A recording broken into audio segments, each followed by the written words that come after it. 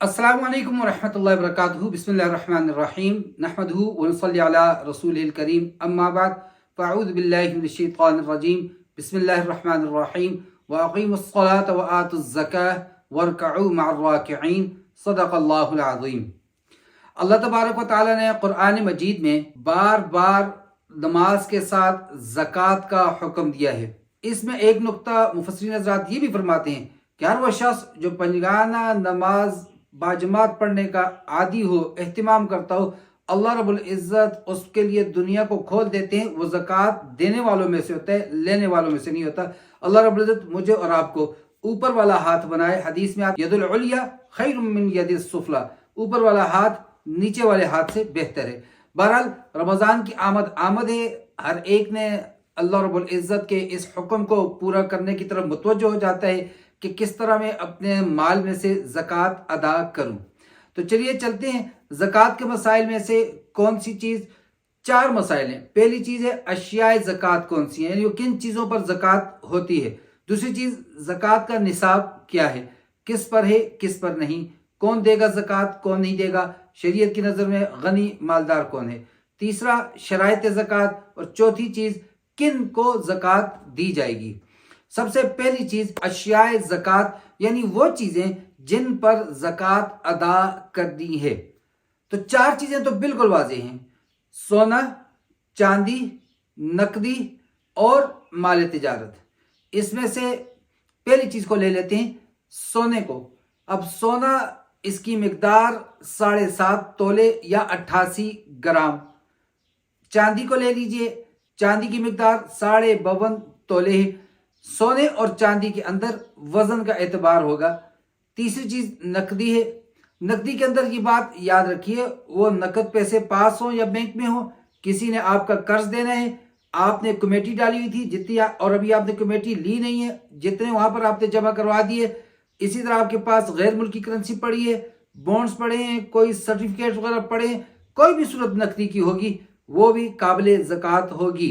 और चौथी चीज माल तिजारत। माल तिजारत किसको कहते हैं, इसकी आसान डेफिनेशन ये, हर वो चीज जो खरीदते वक्त आदमी ने नीयत ये की कि इसकी जैसे ही मुझे मुनासिब कीमत मिलेगी, मेरी मर्जी की कीमत मिलेगी, मैं इसको फरोख्त कर दूंगा, ऐसी चीज को माल तिजारत कहा जाता है। और इसकी ये नीयत बदली नहीं, क्योंकि अगर नीयत बदल गई हुक्म बदल जाता है। वो इंशाअल्लाह आगे मजीद जुजियात में जब हम बात करेंगे उस वक्त इसकी तफसील पे जाएंगे। तो हमने अर्ज कर दिया, सबसे पहली चीज अशियाए ज़कात में से सोना है, उसका वजन 88 ग्राम। दूसरी चीज चांदी है जो 52.5 तोले या 612 ग्राम उसका वजन। तीसरी चीज हमने कहा वो नकदी है। और चौथी चीज वो माले तिजारत है। अब कोई आदमी ऐसा है, उसके पास कोई एक ही चीज मौजूद है, सपोज दैट उसके पास सिर्फ सोना है, इसके अलावा कोई चीज भी नहीं है, तो सोने के वजन का एतबार होगा। सिर्फ चांदी है, कोई और चीज नहीं है, चांदी के वजन का एतबार होगा, चांदी के वजन का एतबार होगा। और कोई शख्स ऐसा है कि जिसके पास थोड़ा सा सोना है, थोड़ी सी चांदी है। कोई शख्स ऐसा है जिसके पास सोना ही नहीं, थोड़ा सी चांदी है और साथ में कुछ माल तिजारत है। कोई शख्स ऐसा है कि जिसके पास थोड़ी सी चांदी, थोड़ी सी नकदी, थोड़ा सा सामान तिजारत है। तो हम कह सकते हैं कि फिर आगे अशियाए ज़कात मुख्तलिफ नौइयत हो जाती है। किसी आदमी के पास एक ही चीज है, किसी के पास 2 हैं, किसी के पास 3, किसी के पास 4। जिस वक्त तक एक ही चीज होगी, सिर्फ सोना होगा, उसके अलावा उसके पास 1 रुपया भी नकद नहीं है, कोई और चीज नहीं है, तो इस सूरत में सोने के वजन का एतमाद होगा। लेकिन अगर उसके साथ कोई एक चीज और मिल गई, वो हम कह सकते हैं चांदी मिल गई, दोनों की कीमतों में जमीन आसमान का फर्क है, 1-1 तोले के अंदर, तो उस सूरत में क्या हुक्म होगा। उस सूरत में शरीयत कहती है कि हम एतबार करेंगे सस्ते की तरफ, जो सस्ती चीज होगी उसका हम एतबार करेंगे। अब सोना उसके पास 3 तोले है, चांदी उसके पास सिर्फ 1 तोला है, तो फिर अब इसकी कीमत का एतबार होगा। ये याद रखिए, जब मजमू आ जाता है, अलग अलग चीज नहीं है, किसी के पास 2, 3, 4 आइटम है, तो फिर उसका वजन का, जैसे हमने सोने में कहा वजन, चांदी में कहा वजन, तो फिर उसका वजन का एतबार नहीं, मजमूई कीमत को होगा। हमने अंदाजा लगाया, हम चांदी का एतबार कर रहे हैं, अब 52.5 तोले चांदी की कीमत मसलन 1,20,000 रुपये बन रही है, तो सोना, चांदी, माल तिजारत, नकदी मिलाकर 1,20,000 روپے قیمت کو پہنچ رہا ہے تو اس صورت میں یہ قابل زکوٰۃ مال ہے۔ اگر ہم سونے کے ساتھ ہی حساب کریں گے تو بہت سے لوگوں کو چھوٹ مل جائے گی، بہت سے لوگ ایسے ہی لے کرتے ہیں، بہت سے لوگوں کو زکوٰۃ سے جان چھڑانی ہوتی ہے، جی میرے پاس تو صرف 2 تولے سونا ہے۔ ایسا قطعاً نہیں بھائی، شریعت غرباء کا خیال رکھ رہی ہے، مساکین کا خیال رکھ رہی ہے، محتاجوں کا خیال رکھ رہی ہے، یتیموں کا خیال رکھ رہی ہے، تو ان کی ضروریات کو پورا کرنے کے لیے فضائل صدقات کے اندر مولانا زکریا رحمۃ اللہ علیہ نے ایک حدیث کوٹ کی ہے، آپ صلی اللہ تعالی علیہ وسلم کا ارشاد مبارک کہ اگر غرباء کی ضرورت کے لیے زکوٰۃ ناکافی ہوتی، اللہ تبارک و تعالیٰ کسی اور چیز کو بھی فرض قرار دے دیتے۔ تو زکوٰۃ کافی ہے اگر وہ صحیح طریقے پر زکوٰۃ نکالی بھی جائے اور مصارف کو صحیح طور پر پہنچایا بھی جائے تو یہ غرباء کی ضرورت کے لیے کافی ہو جائے گی۔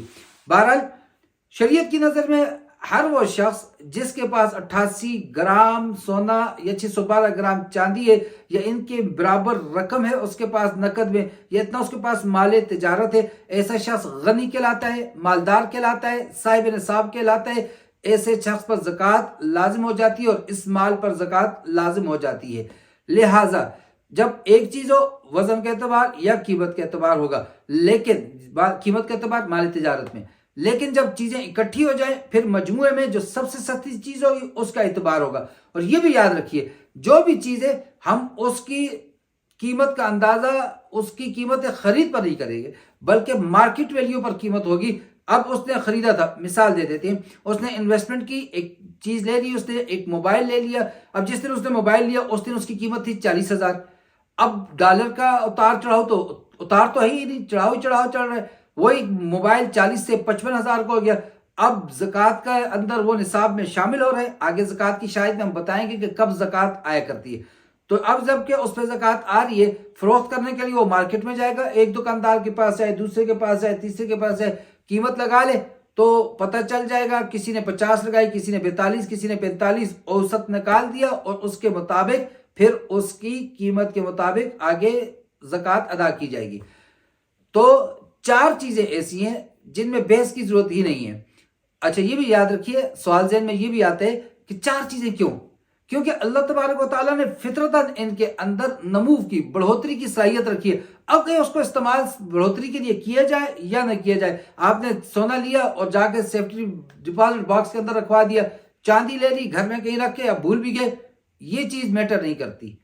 یا آپ نے لے لیا اور بعد میں اس کو قیمت اچھی ہونے پر بیچ دیا، بڑھوتری اس پہ ہو سکتی تھی، تو یہ آپ پہ ڈیپینڈ کرتا ہے۔ تو سونے چاندی میں یہ یاد رکھیے، سونے چاندی کا بار اس لیے کہہ رہا ہوں کہ ہماری گھر کے مستورات میں استعمال ہوتے ہیں۔ ہم جب استعمال کی بات کرتے ہیں تو اگر ایک آدمی کے پاس آئی فون 14 پرو میکس ہے، اس نے 6 لاکھ کا موبائل رکھا ہوا ہے، اور ایک کے پاس جو ہے وہ 2,000 روپے والا موبائل ہے، اور وہ کہے جی اس کے پاس تو 6 لاکھ کا موبائل ہے، اس پہ تو زکوٰۃ ہونی چاہیے، لیکن وہ استعمال میں چیز آ رہی ہے۔ سونا چاندی استعمال میں ہو یا نہ ہو، سیدھی سی بات، اس پر زکوٰۃ ہوگی اگر وہ نصاب کو پہنچ رہی ہے، اگر اس کی شرائط پوری ہو رہی ہے۔ اب زکوٰۃ کی شرائط کیا ہے وہ آپ انشاءاللہ دوسری ویڈیو کے اندر دیکھ لیں گے۔ اللہ تبارک و تعالی ہم سب کو سمجھ اور عمل کی توفیق عطا فرمائے۔ وما علینا الا البلاغ۔ السلام علیکم ورحمۃ اللہ وبرکاتہ۔